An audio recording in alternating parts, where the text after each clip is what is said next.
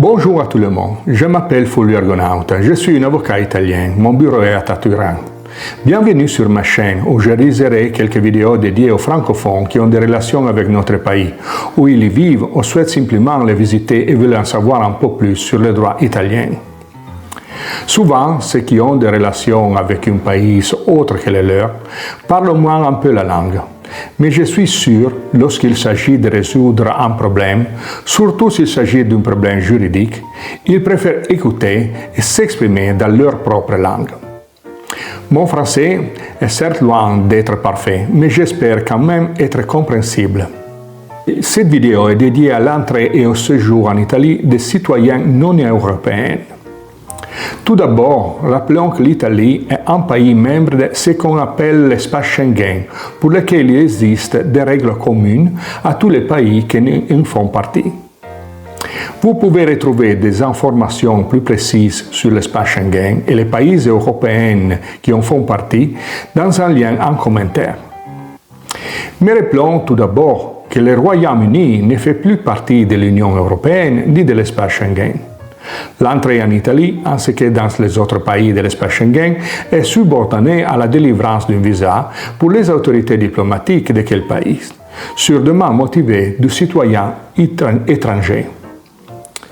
Il existe cependant certains pays pour lesquels, pour des voyages allant jusqu'à 90 jours, un visa n'est pas nécessaire. Vous pouvez vérifier si votre pays est inclus dans cette liste en utilisant les liens dans les commentaires. Avec ce type de visa, vous pouvez voyager dans un ou plusieurs pays de l'espace Schengen pendant 90 jours tous les 6 mois, même avec des sorties et des retours multiples, à condition de ne pas dépasser cette limite de 90 jours.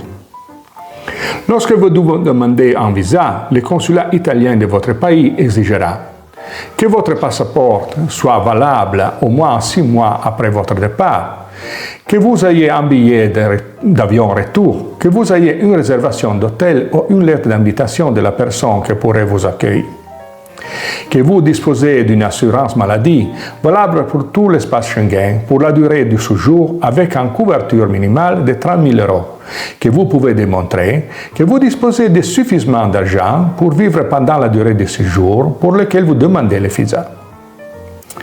Pour ces dernières exigences, vous pouvez éventuellement souscrire une garantie bancaire ou d'assurance.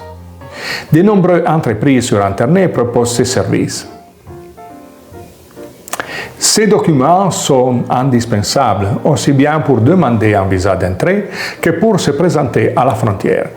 Si vous êtes citoyen d'une de ces États pour lesquels vous devez demander un visa après des autorités consulaires, vous vous demandez peut-être s'il est indispensable d'avoir acheté un billet d'avion pour demander un visa. Malheureusement, il faut prendre le risque. Vous pouvez cependant essayer d'obtenir un rendez-vous préalable au consulat compétent dans votre zone géographique pour tenter le terrain ou acheter un billet avec droit au remboursement.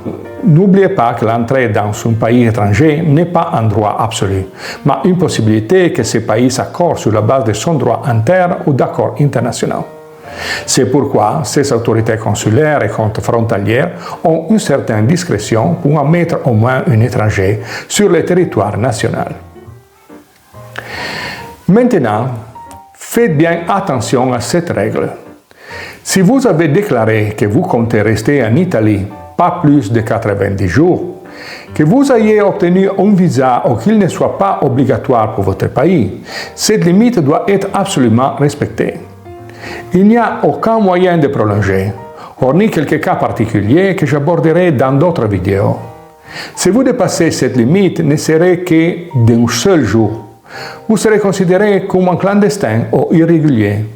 Cette position en Italie est considérée comme un délit, et si vous êtes surveillé, vous pouvez être condamné à une amende allant de 5 000 à 10 000 € et expulsé. Et même si vous ne serez pas contrôlé pendant votre séjour illégal, rappelez-vous que votre passage à la frontière est toujours enregistré dans le système Schengen. Cela pourrait compromettre votre possibilité de retourner en Italie ou dans un autre pays de l'espace Schengen pour une longue période.